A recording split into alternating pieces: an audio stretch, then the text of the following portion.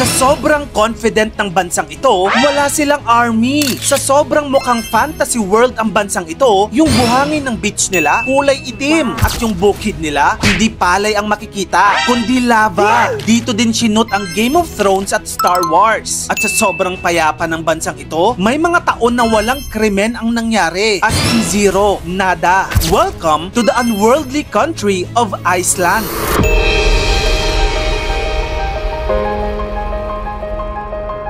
Kapag sinabi natin ang bansang Iceland, yung iba, ang naiisip ay puro ice daw dito. Well, hindi totoo yan. Kasi look at their landscape. Walang katulad. Meron silang mga black sand beaches na sobrang kakaiba. Glowing blue ice caves na nakakamangha. May mga lava fields din sila na parehong nakakatakot at nakaka-amaze. May mga geysers na sobrang fascinating. Waterfalls na breathtaking. And of course, doon mo din makikita ang world-famous Aurora Borealis. Legit, para kang nasa ibang planeta. Sabi nga ng tourist, Iceland feels like Earth before humans existed. Maliban sa sikat na series na Game of Thrones at movie na Star Wars series, sa Iceland din kinunan ang mga pelikulang Interstellar, Batman Begins, The Secret Life of Walter Mitty at marami pang iba. Okay, gets. Napaka-breathtaking ng Iceland. Pero itanong na natin ang importanteng tanong. Magkano nga ba ang kita sa Iceland? Ang minimum wage doon ay 400,000 Icelandic krona. O kung i-convert sa peso, 162,000 pesos per month. Ang ilan sa mga trabaho na malalaki ang sweldo doon, una yung mga hotel cleaner, kung saan nasa 160 to 180,000 pesos ang sahod kada buwan. Yung mga construction worker naman, 170 to 190k. Kung kuro ka naman sa mga restaurant sa Iceland, nasa 150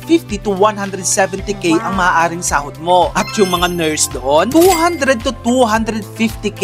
Kung electrician ka naman, 200,000 pesos to 230,000 pesos. Take note, short working hours lang yan. Nasa 35 to 40 hours per week lang ang trabaho. Meron din silang 25 days paid leave kada taon. Libre din ang kanilang healthcare at meron pang child benefits and parental leave. Maliban dyan, sagot na din ng gobyerno ang bahay mo dahil sa kanilang housing assistance. Pero ang isa pang kailangan nating tanungin, magkano nga ba ang gastos doon? Oo, mataas ang sweldo, pero mataas din ang gasto sa Iceland. Pero dahil mataas din ang standards ng living, sulit na sulit. Kung mag-rent ka ng 1-bedroom apartment doon, nasa 80 to 120,000 pesos. Yung food and groceries mo naman, maaaring umabot sa 15 to 20,000 pesos. At yung utilities at internet mo, 7 to 10k. Yung transport, gaya ng bus at tren, libre na yan para sa mga estudyante at mga workers sa Iceland. Ang isa pang tanong, pwede ba magtrabaho ang Pinoy sa Iceland? Yes, pero medyo limited at kailangan ng tamang strategy. Yung isang option mo ay work via Schengen employer. Kailangan mo lamang ng job offer. Mag-apply for Icelandic work permit at kadalasan ang hinahanap nila ay caregivers, construction workers at yung mga nasa industry ng hotel and hospitality. Yung pangalawang option naman ay through EU Blue Card. Ito, very rare but possible. Kung highly skilled ka, pwede kang dumaan sa EU Blue Card system. Usually applicable ito para sa mga engineers, IT at health workers. At yung pangatlong option, nandyan yung sikat na